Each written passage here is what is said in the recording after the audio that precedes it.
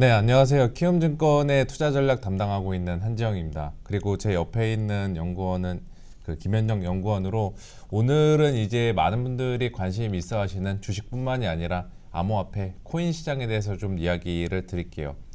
일단 지난주 금요일 날의 미국 증시 상황을 한번 살펴보면은 저희가 12월 2주차, 3주차 그간 내내 뭐 FOMC가 됐건 오라클 실적, 브로드컴 실적 이러한 이벤트를 치르면서 굉장히 변동성 확대의 압력에 노출이 됐었는데 그래도 금요일 날에는 그 같은 변동성들을 조금 이제 중화시켜주는 이벤트들이 있었던 것 같습니다. 그래서 결과적으로 놓고 보면은 나스닥이 거의 1% 넘게 상승을 했고 그 대부분은 AI주 쪽에서 이전과는 다르게 훈풍이 있었던 것 같아요. 일단은 다들 아시다시피 이제 우리나라 반도체 지수랑 관련이 깊은 마이크론이 어닝 서프라이즈 이후에 목요일날 10% 정도 주가가 급등을 했었는데 금요일날에도 7% 정도 주가 폭등을 했습니다. 이거는 이제 반도체 쪽에서는 당분간 호재가 우위에 있을 거다라는 전망들이 강하게 시장에 반영이 된 것 같고 또 시장을 고생시켰던 업체가 이제 오라클이었죠. 오라클 같은 경우에는 이제 실적 발표하고 나서 너네들이 수익성 정말 믿을 수 있겠냐? 그리고 너희들이 많이 쌓아놓은 수주잔고 실현 가능성 있겠냐? 이런 식의 의구심이 많았었는데 그래도 틱톡과 미국 법인 계약 완료 소식이 이들에게는 일정 부분 호재로 작용을 했던 것 같습니다. 또 엔비디아 같은 경우도 미국이란 중국 정부가 이제 H200 판매를 놓고서 협의를 진행 중이라는 이러한 소식들이 전해지면서 전체적으로 금요일날 미국 증시는 AI주들이 시장을 견인했던 그러한 하루로 표현해도 과언이 아니었다. 이렇게 좀 말씀을 드릴게요. 하지만 저희가 여기서 조금 의문이 되는 게 주식시장 나스닥을 중심으로 또 AI주들이 살아나고 있는 모습이지만 요즘에 비트코인 시장은 좀 녹록치가 않은 환경이죠.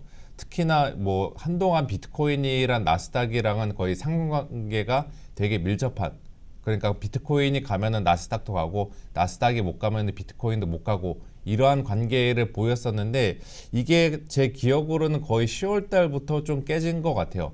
나스닥은 올라가는데 비트코인은 하락하는 이 탈동조화 현상들이 일어나고 있는데 통상적으로 같이 가던 자산군이 서로 다른 방향을 보이면은 둘 중 뭐가 하나는 잘못됐다, 잘못된 방향성을 보이고 있다 이렇게 해석을 할 수가 있습니다.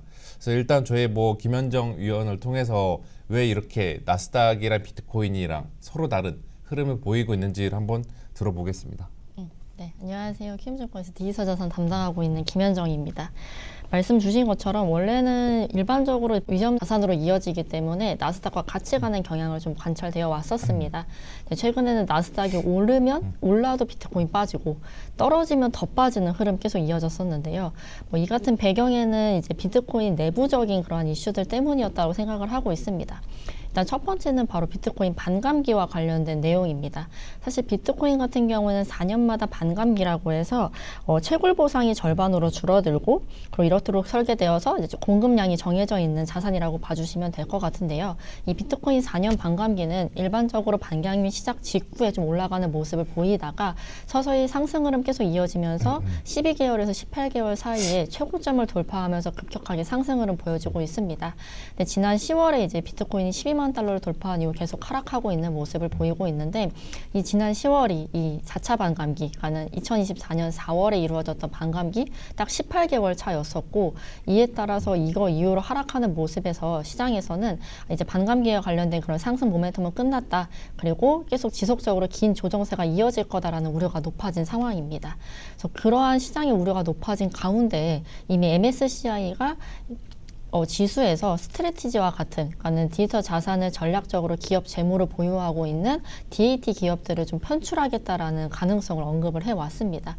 그래서 이러한 점들이 계속 가상자산 시장을 발목을 붙잡으면서 현재 나스닥과의 상관관계는 깨지고 오히려 나스닥이 하락할 때 더 하락하고 그리고 상승할 때도 그거를 따라가지 못하는 흐름이 계속 이어지고 있는 걸로 보여지고 있는데 최근에 들어서는 조금 이러한 우려들이 완화되고 시장의 심리들이 조금씩 개선되는 모습을 보이면서 지난 주말간은 상승 흐름 을 보이긴 했었지만 아직까지도 여전히 9만 달러를 돌파하지 못하고 계속 8만 8천 달러에서 그 후반대를 계속 등락을 반복하면서 그 구간에 아직까지는 좀 머물러 있는 제한된 형태를 제한된 흐름을 좀 띠고 있는 상황이라고 봐주시면 될 것 같습니다. 그러면은 저희가 10월 달에 불리신 분들은 버티면 그래도 되는 구간인가? 이제 팔아도 실익이 크지 않은 구간으로 봐도 될까요?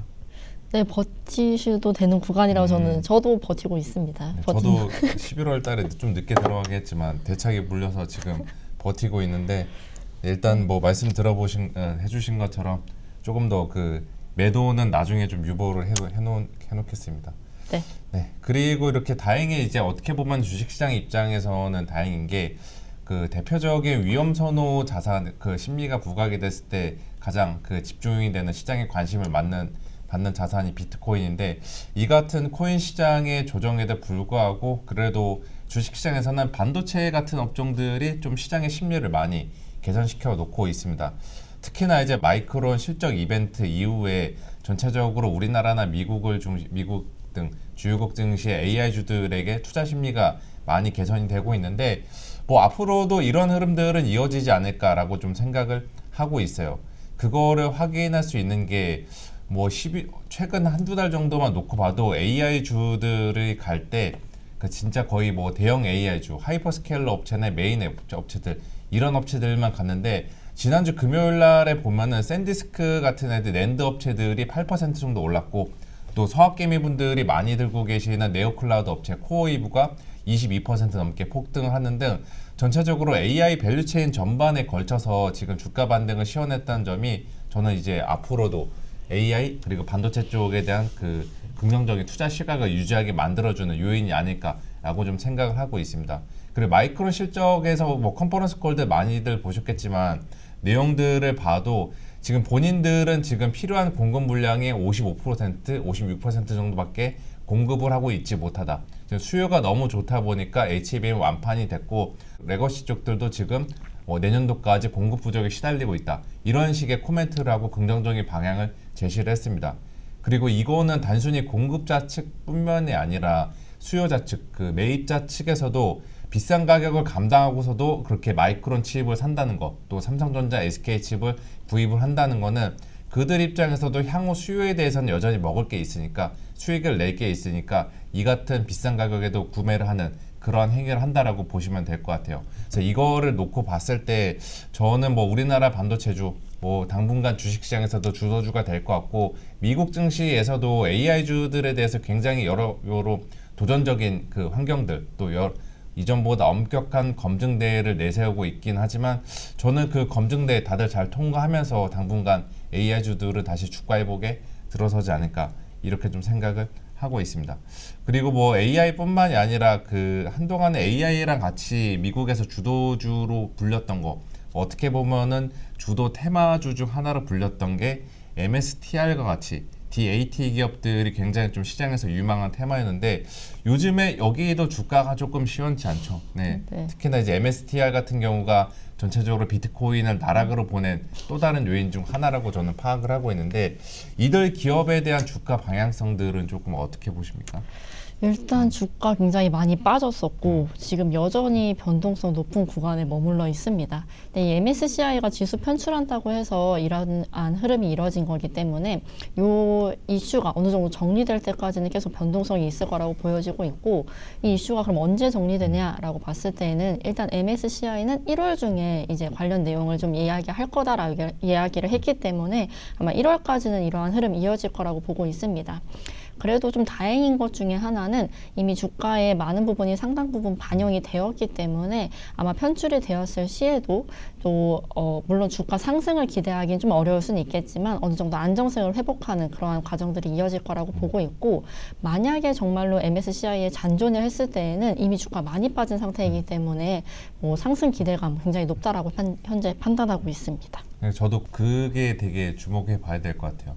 이미 주가는 빠질 만큼 빠졌으니까 맞아요. 혹시나 편출 안 하면은 이거는 그 다음에 올라가는 거는 엄청난 속도로 올라갈 수 있지 않나. 저도 그렇게 기대를 있었어요. 하고 있습니다. 그러니까 MSCI에서는 얘네들을 왜 편출을 하려고 결정했던 거예요?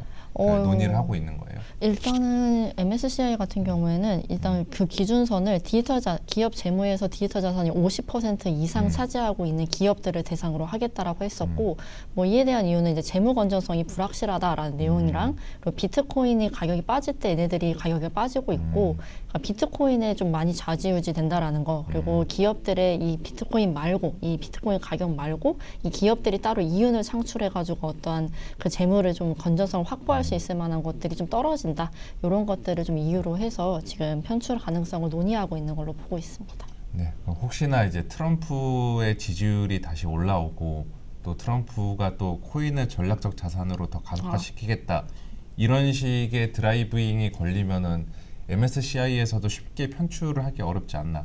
맞습니다. 네. 그러니까 지금 어떻게 보면은 그냥 약간 그 하방보다는 상방에 대한 그 가능성들이 더 많이 열려 있는 주식으로 봐도 되겠네요.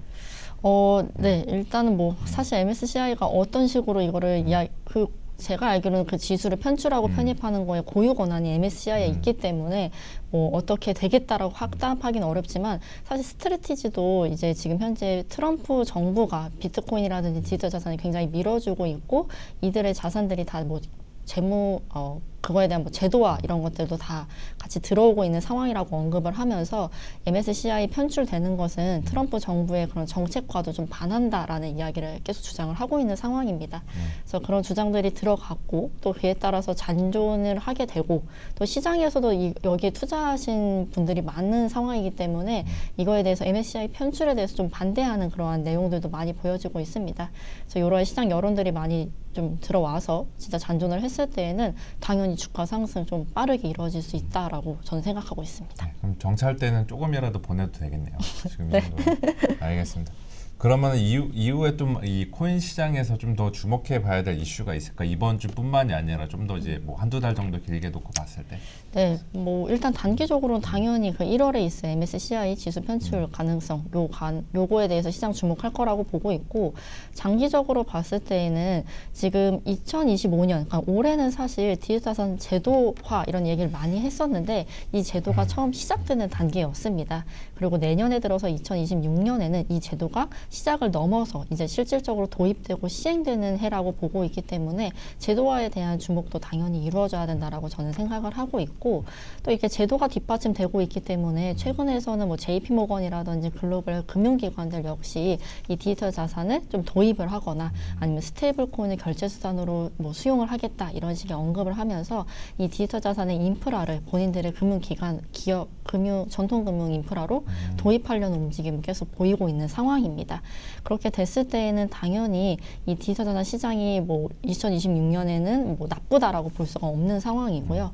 그에 따라서 좀 긍정적인 시각을 가지고 이들의 전통금융기관이 어떤 식으로 디지털 자산을 도입하고 향후 이러한 인프라를 이끌어내는지, 이런 부분에 대한 관심도 계속 이어질 수 있을 거라고 기대하고 있습니다. 네, 말씀하신 대로 그 어떤 자산군을 살 때 사기 가장 좋은 시점은 제가 봤을 때 좋아진다라는 그런 시점보다는 더 나빠질 게 없다. 맞습니다. 그 인식들이 공감대가 형성이 될 때가 가장 사기 좋은 시점인 것 같거든요. 지금 코인 시장은 저는 그렇게 지금 해석을 하고 있는 상태이고, 주식 시장도 마찬가지라고 보고 있어요. 이번 주 주요 이벤트들만 봐도 악재의 일변도에서 좀 벗어나는 환경이다, 이렇게 좀 말씀을 먼저 드릴게요. 물론 이제 매크로 측면에서 미국의 뭐 3분기 성장률이랑 또 여기 그 보시는 것처럼 11월 산업 생산, 그리고 한국의 수출 등 지표 이벤트가 예정이 되어 있는데, 뭐 이미 저희는 뭐 지난 2주간에 걸쳐서 FOMC나 고용 CPI 그리고 AI 업체 실적, 이 메이저급 이벤트를 겪었으면 감안했을 때 지금 말씀드린 이 이번 주 지표들은 그냥 마이너급한 영향력만 좀 보여줄 것으로 생각을 하고 있어요. 그래서 저는 이들 지표보다는 AI 주들과 관련한 뉴스 플로우에 더 많은 관심을 기울이는 것이 맞지 않나, 이렇게 좀 생각을 하고 있습니다. 그래서 이번 주는 반도체 쪽 저희가 계속 좀 예의주시를 해야 되는 것 같다. 그러니까 예의주시를 하는 게 단순히 뭐 째려만 보지 말고 지금은 다시 한번 매수를 진입을 고려를 해봐도 좋은 시점이다. 이렇게 좀 이야기를 드리겠습니다. 그 반도체 같은 경우는 아마 지금 저희 채널 K뿐만이 아니라 모든 대부분 주식 채널에서 많이 이야기를 할 텐데 반도체 말고도 좀 더 단기적으로 그리고 트레이딩 관점에서 아니면 뭐 내 다음 달 초까지 들고 갈 만한 관점에서 업종을 한번 선별을 해 보면은 배당주들 저는 괜찮을 것 같습니다.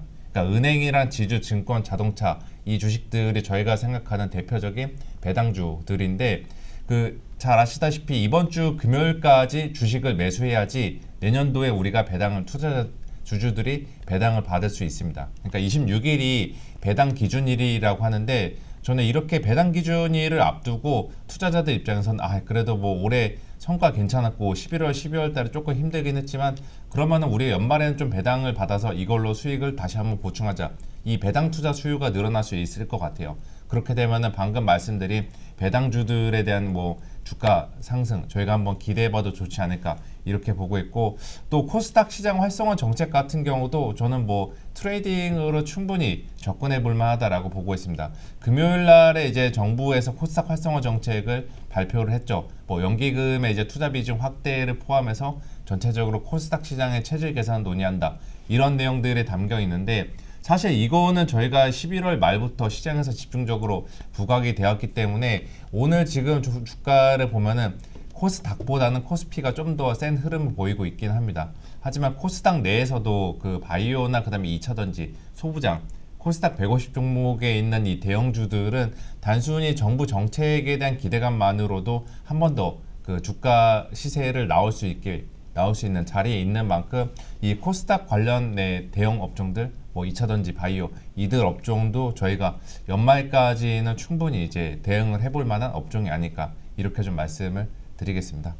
네, 뭐 이상으로 이번 주 주간 투자 전략을 마치겠습니다. 감사합니다.